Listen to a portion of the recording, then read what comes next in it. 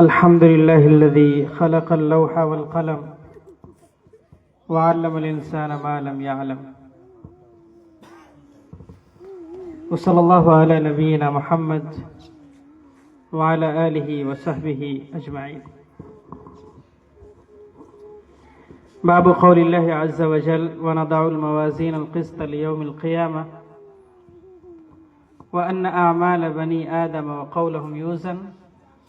وقال مجاهد رحمه الله القسطاس العدل بالرومية، ويقال القسط مصدر المقسط وهو العادل، وأما القاسط فهو الجائر.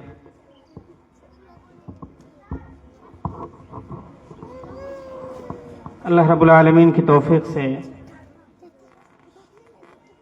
آج آخری حدیث کے درس کے لیے ہم لوگ بیٹھے ہیں. مجھے اس بات پر تعجب ہے کہ آج آپ قلم اور جو ہے کاپیاں لے کر کے نہیں بیٹھی ہیں، جبکہ بیٹھنا چاہیے. کتاب بدیع الخلق میں امام بخاری رحمہ اللہ نے حدیث معراج نقل کی ہے، اور اس میں نبی علیہ الصلوۃ والسلام فرماتے ہیں کہ پھر مجھے اور اوپر لے جایا گیا یہاں تک کہ میں نے قلموں کے چلنے کی آواز سنی.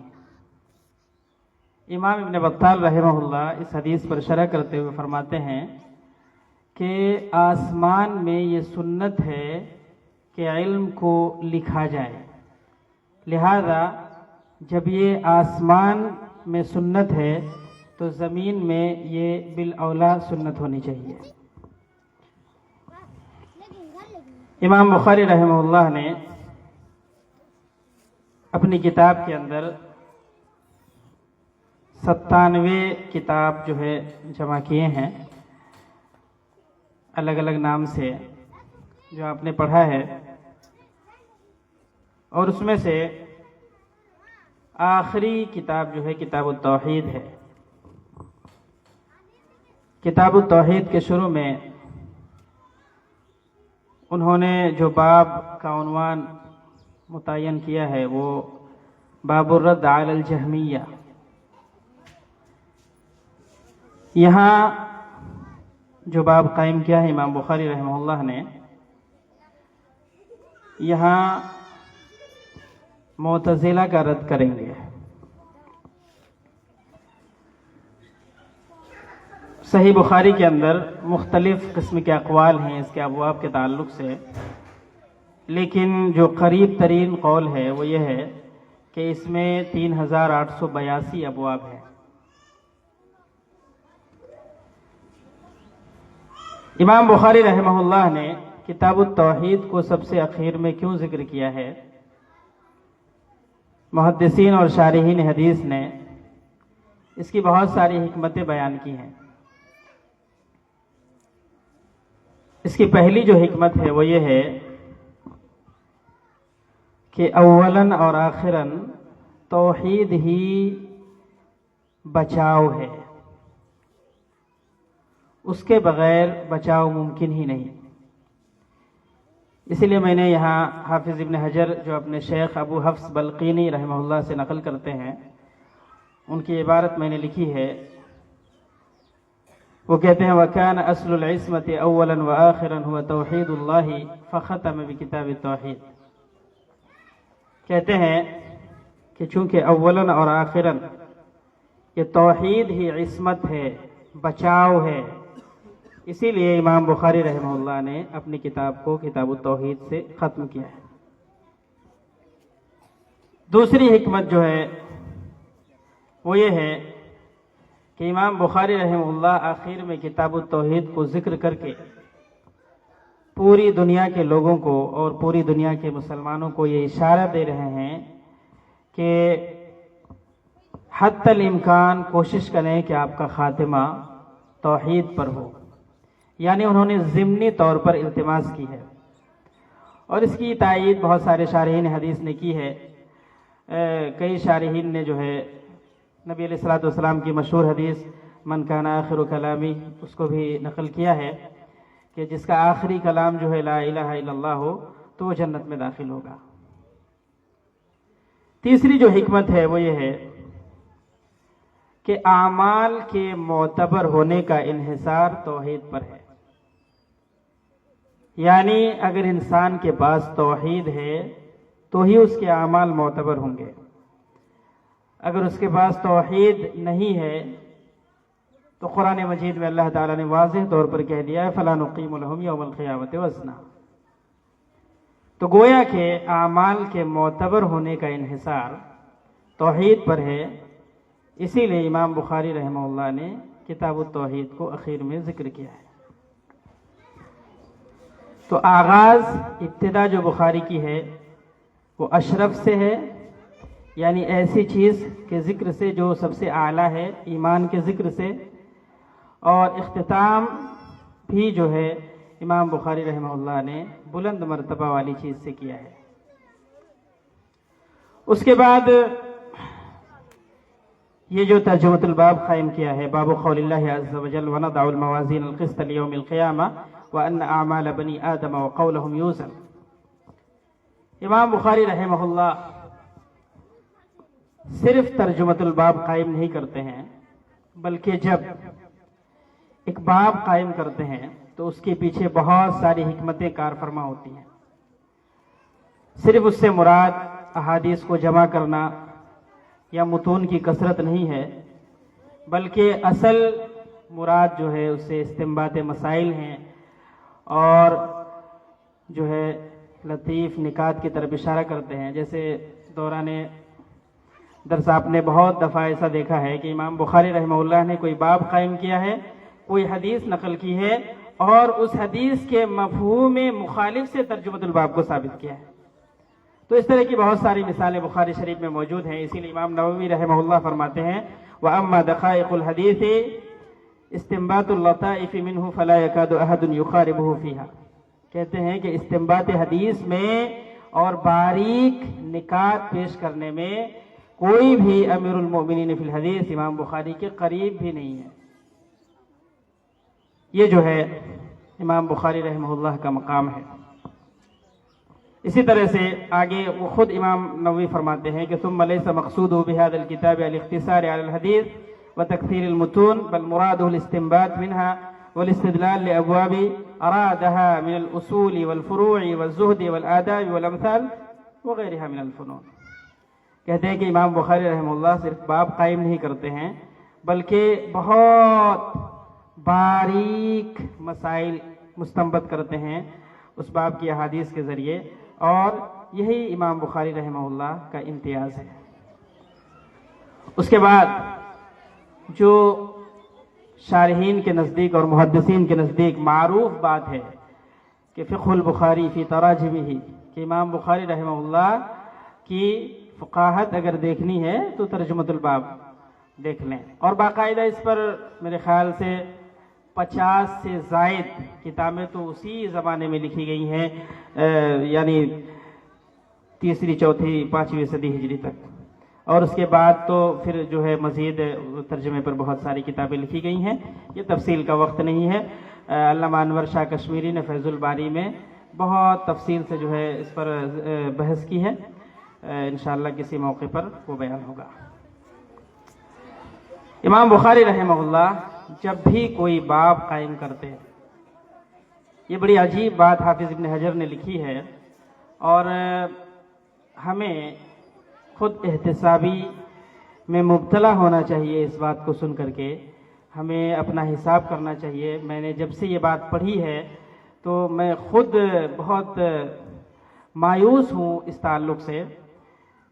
جو بات حافظ ابن حجر نے ذکر کی ہے ابو احمد بن عدی عن عبد القدوس بن حمام کی سند سے، وہ کہہ رہے ہیں کہ جب امام بخاری رحمہ اللہ نے اپنی صحیح بخاری میں باب متعین کرنے کا ارادہ کیا، تب جو ہے انہوں نے 2 رکعت نماز ادا کی، اور امام بخاری رحمہ اللہ نے بخاری میں جتنے بھی ابواب ہیں یہ سارے ابواب وہاں بیٹھ کر کے لکھے ہیں جس جگہ کو روضۃ من ریاض الجنہ کہا جاتا ہے. چنانچہ کہتے ہیں کہ شہدت عدۃ مشائخ یقولون، میں نے بہت سارے مشائخ سے یہ کہتے ہوئے سنا ہے کہ حول البخاری تراجم جامعہ یعنی بیضھا بین قبر النبی و منبرہ وکان یصلی لکل ترجمۃ رکعتین، کہ امام بخاری رحمہ اللہ نے جب بھی کوئی باب قائم کیا ہے تو اس کو روضۃ من ریاض الجنہ میں بیٹھ کر کے لکھا ہے اور باقاعدہ 2 رکعت نماز ادا کی ہے ہر باب کو قائم کرتے وقت۔ اور شروع میں بتا چکا ہوں کہ امام بخاری رحمہ اللہ کے تعلق سے معروف ہے کہ جب بھی وہ کسی حدیث کو نقل کرتے تو اس سے پہلے اچھی طرح سے چھان بین کر کے اور اس کے بعد جو ہے غسل وغیرہ کر کے نماز ادا کرنے کے بعد ہی لکھتے ہیں۔ باب جو قائم کیا ہے اس میں بنیادی طور پر 4 فوائد ہمارے سامنے ہیں۔ پہلا فائدہ یہ ثابت ہو رہا ہے اس باب سے کہ بندوں کے جو اعمال ہیں وہ مخلوق ہیں، یعنی افعال العباد جنہیں کہا جاتا ہے، اور اس کا خالق اللہ ہے۔ یہ بات طحاویہ کے بحث میں گزر چکی ہے، اس پر تفصیل کی ضرورت نہیں ہے۔ دوسری بات یہ ہے کہ روز قیامت میزان قائم کیا جائے گا، اسی طرح سے اعمال کو آخرت کے دن تولا جائے گا، اور یہ کہ گفتگو بھی اعمال کا حصہ ہے اور اس کو بھی تولا جائے گا، جیسا کہ امام بخاری نے وَقَوْلَهُمْ يُوزَن کے ذریعہ اشارہ کر دیا ہے۔ اس کے بعد جو ہے امام بخاری رحمہ اللہ نے کتاب التوحید میں ایک خاص اہتمام یہ کیا ہے کہ ہر باب کے تحت کوئی نہ کوئی قرآنی آیت انہوں نے نقل کی ہے۔ شروع سے اپنے جتنے ابواب پڑھے ہیں ان تمام ابواب میں دیکھیں کہ امام بخاری رحمہ اللہ نے باب قائم کرنے کے ساتھ ساتھ پہلے قرآن مجید کی آیت سے استدلال کیا ہے۔ اس کی وجہ کیا ہے؟ اس کی وجہ یہ ہے کہ معتزلہ کے یہاں اخبار آحاد عقائد کے باب میں حجت نہیں ہے۔ وہ کہتے ہیں کہ اخبار آحاد چونکہ ظنی ثبوت ہوتے ہیں، یعنی وہ قطعی اور یقینی نہیں ہوتے، اسی لیے جو ہے اخبار آحاد کے ذریعہ سے عقائد ثابت نہیں کیے جائیں گے۔ امام بخاری رحمہ اللہ نے اسی لیے ہر باب کے تحت قرآن مجید کی ایک آیت درج کی ہے۔ گویا کہ امام بخاری رحمہ اللہ بتانا چاہتے ہیں کہ یہ تم ہو جو قرآن اور حدیث میں فرق پیدا کرنے کی کوشش کر رہے ہو، بلکہ اللہ کی قسم محمد کریم صلی اللہ تعالی علیہ وسلم کی حدیث میں وہی ہے جو کچھ جو ہے قرآن میں موجود ہے۔ اسی لیے حافظ ابن حجر فرماتے ہیں کہ يظهر من تصرف البخاری في كتاب التوحید انه يسوق الاحاديث التي وردت في الصفات المقدسه فيدخل كل حديث منها في باب ويؤيده بآية من القرآن للإشارة إلى خروجها من أخبار الآحاد على طريق التنزل في ترك الاحتجاج بها في الاعتقاديات وأن من أنكرها خالف الكتاب والسنة جميعا۔ یعنی حافظ ابن حجر کی اس عبارت کا خلاصہ یہ ہے کہ امام بخاری رحمہ اللہ نے باب قائم کیا ہے اور باب کی تائید ایک قرآنی آیت کے ذریعہ کی ہے۔ گویا کہ امام بخاری رحمہ اللہ اس سے استدلال کرنا چاہتے ہیں اور اشارہ دینا چاہتے ہیں، اور ساتھ ہی حافظ ابن حجر نے بھی واضح طور پر کہہ دیا کہ وَأَنَّ مَنْ أَنْكَرَهَا خَالَفَ الْكِتَابَ وَالسُّنَّةَ، جس نے بھی اس بات کا انکار کیا، یعنی ان عقائد کا انکار کیا جو قرآن سے اور صحیح احادیث سے ثابت ہیں، تو گویا کہ اس نے کتاب و سنت کی مخالفت کی۔ اس کے بعد جو ہے معتزلہ پر رد کرتے ہوئے، معتزلہ چونکہ میزان کے قائل نہیں ہیں، وہ یہ کہتے ہیں کہ اللہ تعالیٰ میزان قائم نہیں کرے گا، اعمال تولے نہیں جا سکتے، اس لیے کہ اعمال جو ہے وہ آراز ہوتے ہیں۔ آراز یعنی جن کا کوئی وجود نہیں ہوتا، تو جن کا کوئی وجود نہیں ہوتا ان کو کیسے تولا جا سکتا ہے؟ اسی لیے وہ کہتے ہیں کہ اعمال جو ہے وہ تولے نہیں جا سکتے۔ دوسری بات یہ ہے کہ عقلی گھوڑے دوڑا کر کے انہوں نے جو ہے میزان کا انکار کیا۔ وہ کہہ رہے ہیں کہ میزان کچھ نہیں ہے، یہ عدل کی ہی ایک شکل ہوگی، میزان الگ سے کوئی چیز نہیں۔ شیخ الاسلام ابن تیمیہ نے بہت اچھا جواب دیا ہے، میں اس عبارت پر نہیں جاؤں گا۔ امام ابن تیمیہ رحمہ اللہ فرماتے ہیں کہ یہ بات برحق ہے کہ میزان عدل کے علاوہ ایک دوسری مستقل چیز ہے، یعنی میزان عدل میں شامل نہیں ہے کہ صرف جو ہے میزان کو عدل میں شامل کر دیا جائے اور میزان کا انکار کر دیا جائے، بلکہ میزان مستقل ایک چیز ہے۔ اسی طرح سے امام بخاری کے اساتذہ کے جو اساتذہ ہیں ان میں ایک استاذ ہیں سلام ابن ابی مطیع، ایسے ہی عصر کے بعد جو ہے وہ بیٹھے ہوئے تھے اور ان کے سامنے معتزلہ کے عقائد کا ذکر کیا گیا تو انہوں نے کہا وَيْلَهُمْ مَاذَا يُنْكِرُونَ مِنْ هَذِهِ الْأَحَادِيثِ، ان کا برا ہو کیسے وہ لوگ ان احادیث کا انکار کرتے ہیں، حالانکہ واللہ ما فی الحدیث شیء الا وفی القرآن مثلہ، کہ حدیث میں کچھ بھی نہیں ہے مگر قرآن میں پہلے ہی اس جیسی بات موجود ہے۔ اس کے بعد جو ہے سلام ابن ابی مطیع عصر سے لے کر کے مغرب تک مسلسل جو ہے وہ ان آیات کی تلاوت کرنے لگے جن آیات میں اللہ رب العالمین نے اپنی صفات کا ذکر کیا ہے۔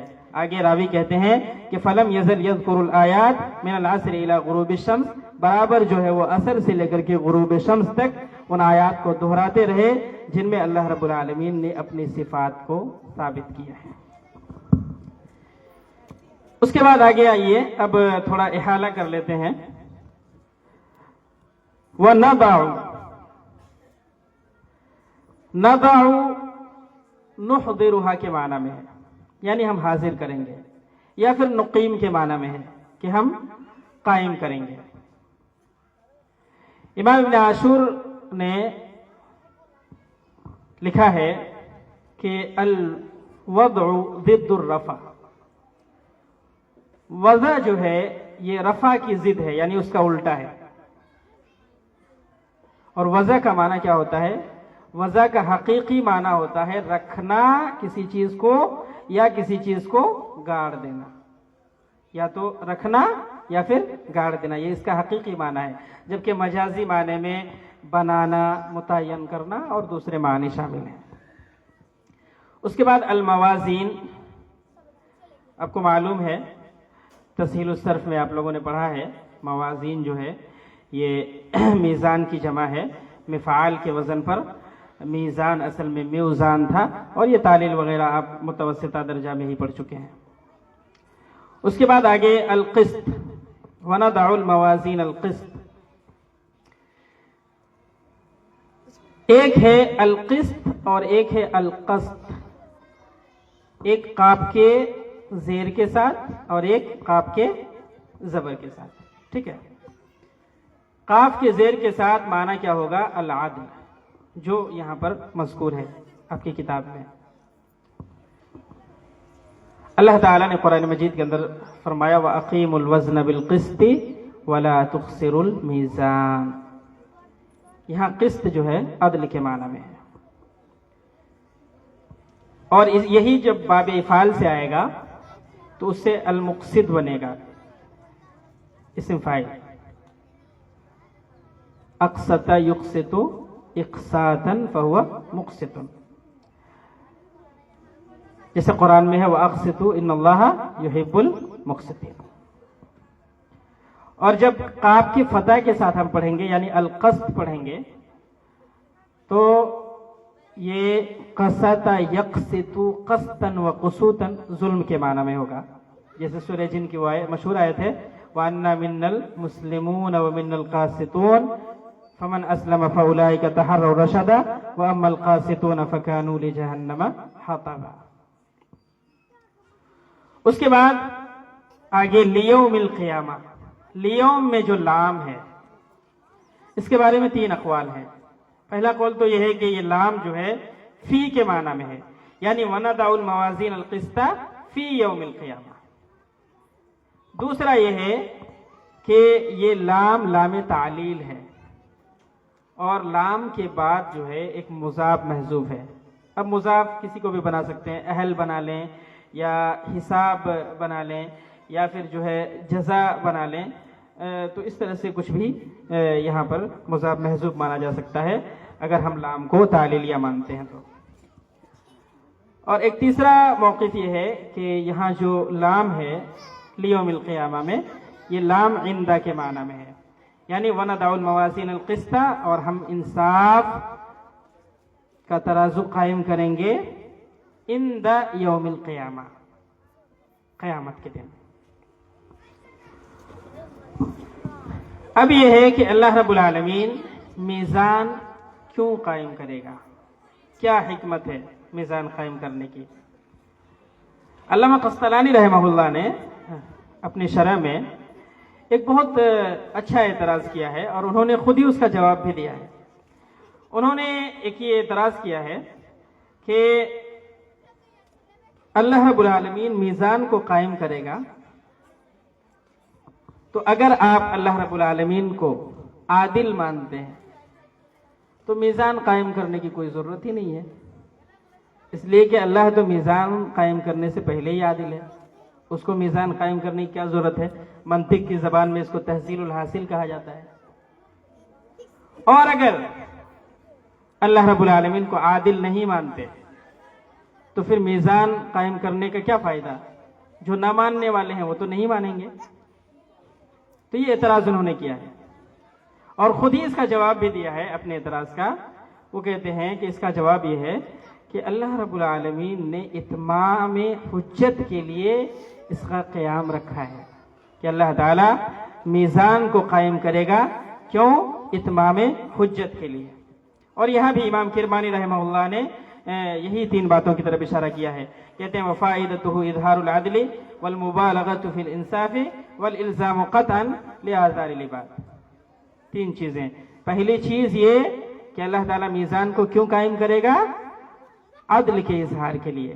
دوسرا وَالْمُبَالَغَةُ فِي الْإِنصَافِ، انصاف میں مبالغہ، یعنی اللہ بتانا چاہتا ہے کہ اللہ بہت زیادہ انصاف کرنے والا ہے۔ اور تیسرا یہ کہ بندوں پر اتمام حجت کے لیے۔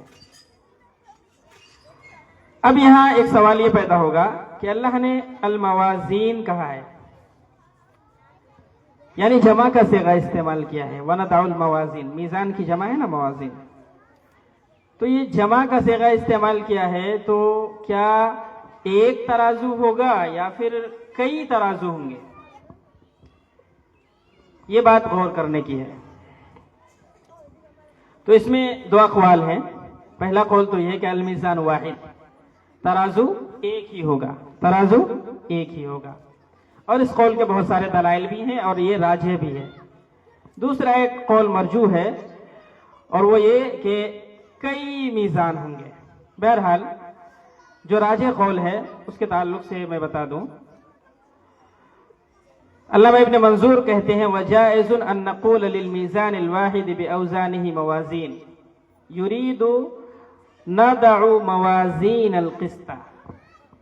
ابن منظور افریقی کہتے ہیں کہ ایک میزان کے لیے موازین کہنا یہ جائز ہے۔ کیوں جائز ہے؟ اس لیے کہ میزان ایک ہی ہوگا، لیکن چونکہ اس میں بڑی کثرت سے چیزیں وزن کی جائیں گی، اس لیے جو ہے موازین کہنا اس کو درست ہوگا۔ اور آگے انہوں نے خود ہی تشریح کر دی ہے کہ نَضَعُ میزان القسط۔ حافظ ابن حجر رحمہ اللہ فرماتے ہیں وَالَّذِي يَتَرَجَّحُ أَنَّهُ مِيزَانٌ وَاحِدٌ وَلَا يُشْكَلُ بِكَثْرَةِ مَنْ يُوزَنُ عَمَلُهُ لِأَنَّ أَحْوَالَ يَوْمِ الْقِيَامَةِ لَا تُكَيَّفُ بِأَحْوَالِ الدُّنْيَا۔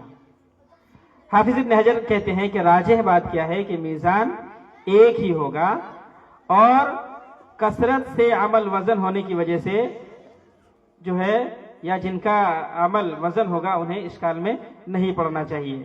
ٹھیک ہے، اس لیے کہ قیامت کے جو احوال ہوں گے وہ دنیا کے احوال سے بالکل مختلف ہوں گے، دنیا کے ساتھ کمیت اور کیفیت میں اس کا موازنہ اور مقارنہ نہیں کیا جا سکتا ہے۔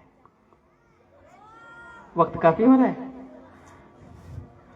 اچھا چلیے میں مختصر کر دیتا ہوں۔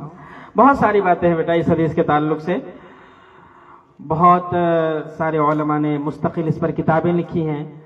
تقریباً میری معلومات کے مطابق اس حدیث پر 2000 صفحات سے زیادہ جو ہے اس باب کی اور اس حدیث کی تشریحات موجود ہیں۔ میں نے تلخیص کرتے کرتے کرتے کرتے کرتے کرتے یہاں تک پہنچایا ہے، یعنی بہت ہی زیادہ تلخیص کرنے کے بعد یہ اس نتیجے پر پہنچا ہے. ٹھیک ہے، بہرحال اب ہم آگے بڑھتے ہیں.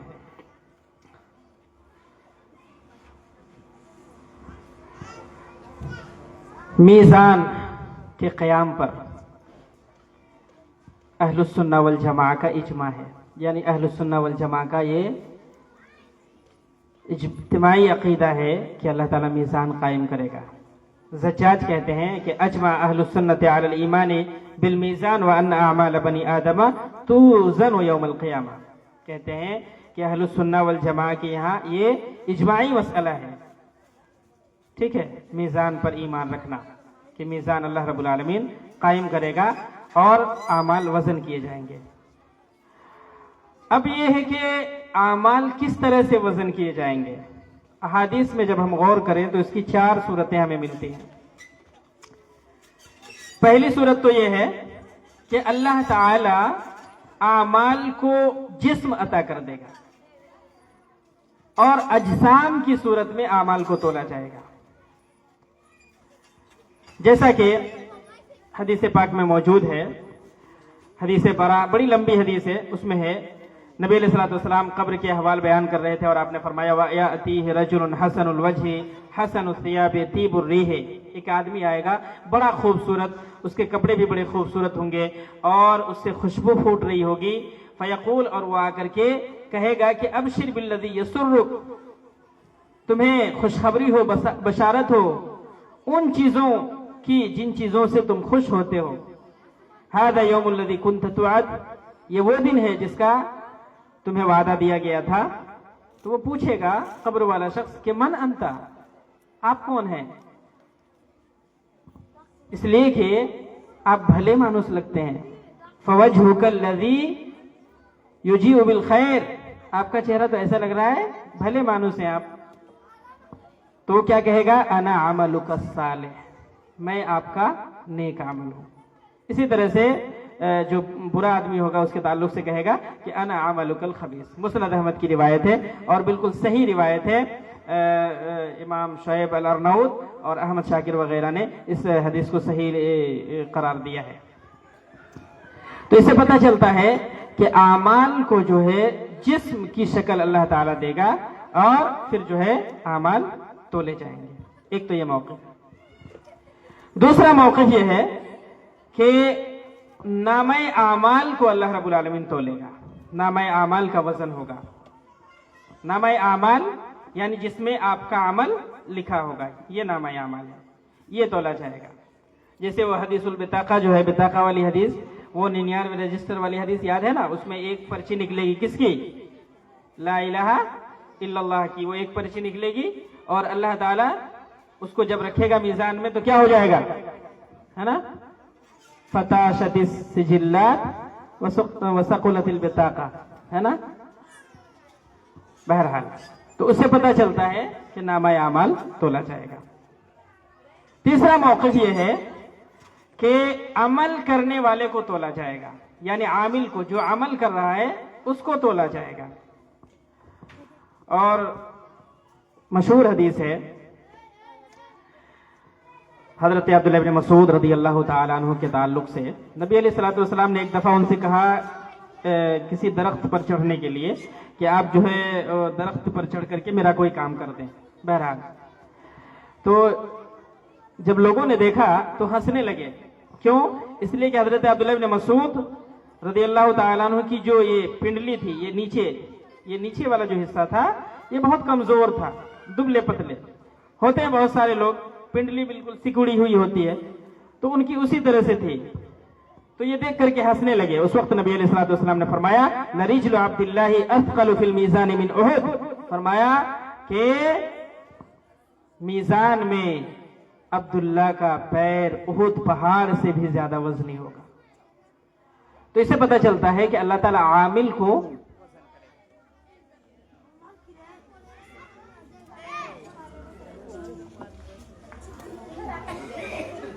اس کے بعد چوتھا جو موقف ہے وہ یہ ہے کہ اعمال ہی وزن کیے جائیں گے. ٹھیک ہے، اور اس پر بہت ساری احادیثیں دلیل ہیں. جیسے آج تم لوگوں نے بھی ایک حدیث پڑھی اثقل شیء فی المیزان الخلق الحسن، تو یہ عمل ہے اور ظاہر سی بات ہے کہ اسی کو تولا جائے گا۔ اسی طرح سے دوسری مشہور روایت ہے کہ توضع المیزان یوم القیامہ فتوزن الحسنات والسیئات، کہ قیامت کے دن میزان کو قائم کیا جائے گا اور نیکیاں اور برائیاں تولی جائیں گی۔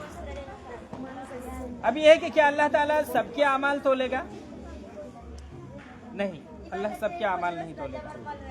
دو قسم کے لوگ ایسے ہیں جن کے اعمال تولے نہیں جائیں گے۔ نمبر ایک کون ہے جن کے اعمال تولے نہیں جائیں گے؟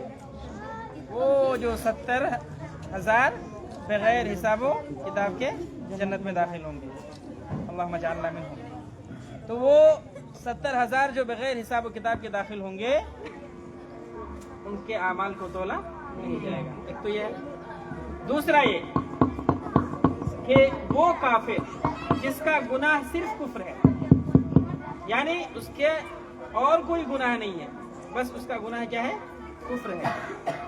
اس لیے کہ جب انسان میں کفر ہو تو اور کوئی دوسرے اعمال تو کام آتے ہی نہیں ہے نا، ٹھیک ہے؟ تو ایسے کافر شخص کے اعمال کو بھی اللہ تعالیٰ نہیں تولے گا۔ صاف طور پر یہ باتیں موجود ہیں۔ نبی علیہ الصلوۃ والسلام نے فرمایا انه ليأتي الرجل العظيم السمين يوم القيامة لا يزن عند الله جناح بعوضة وقال اقرؤوا ان شئتم فلا نقيم لهم يوم القيامة وزنا۔ نبی علیہ السلام نے فرمایا کہ قیامت کے دن ایک آدمی کو لایا جائے گا، ایک دم موٹا تگڑا آدمی، لیکن اللہ رب العالمین کے نزدیک مکھی کے پر کے برابر بھی اس کی اوقات اور اس کی حیثیت نہیں ہوگی۔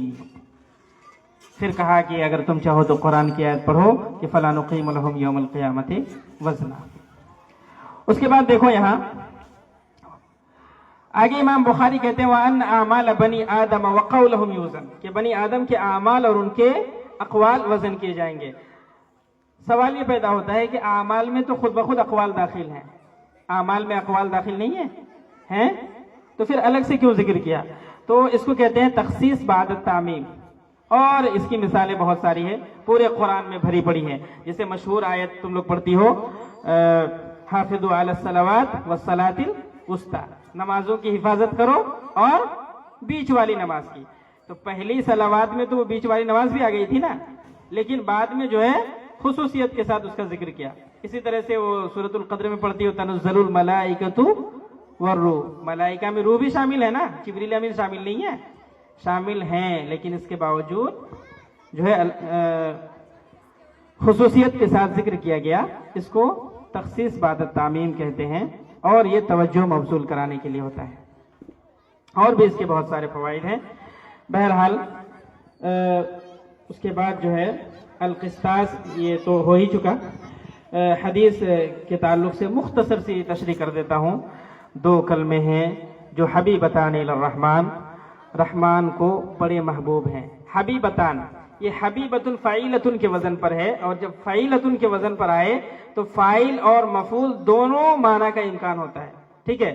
اگر اس کے دو معنی کریں گے تو دو معنی کیا ہوگا؟ پہلا معنی یہ ہوگا کہ حبیبتان الی الرحمن، رحمان کو محبوب ہیں، اور دوسرا یہ کہ رحمان خود جو ہے، جس کا ایک کلمہ ہے، وہ خود بڑا پیارا ہے، ٹھیک ہے؟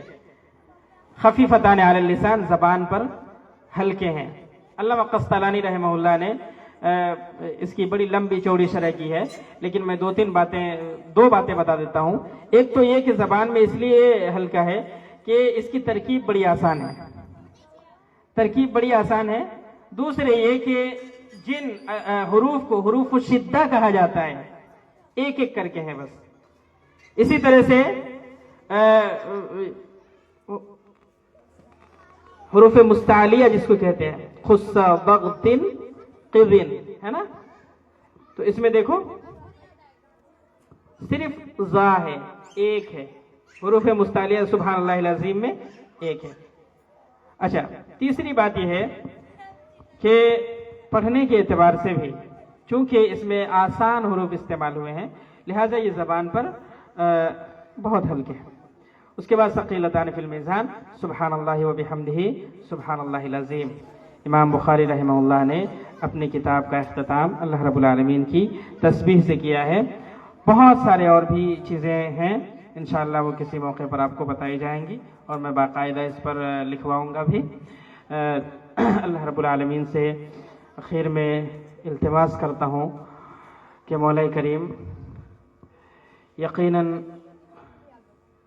ہم اس قابل نہیں تھے کہ اس کتاب کو سامنے رکھ کر کے پڑھنے یا پڑھانے کے قابل شمار کیے جائیں۔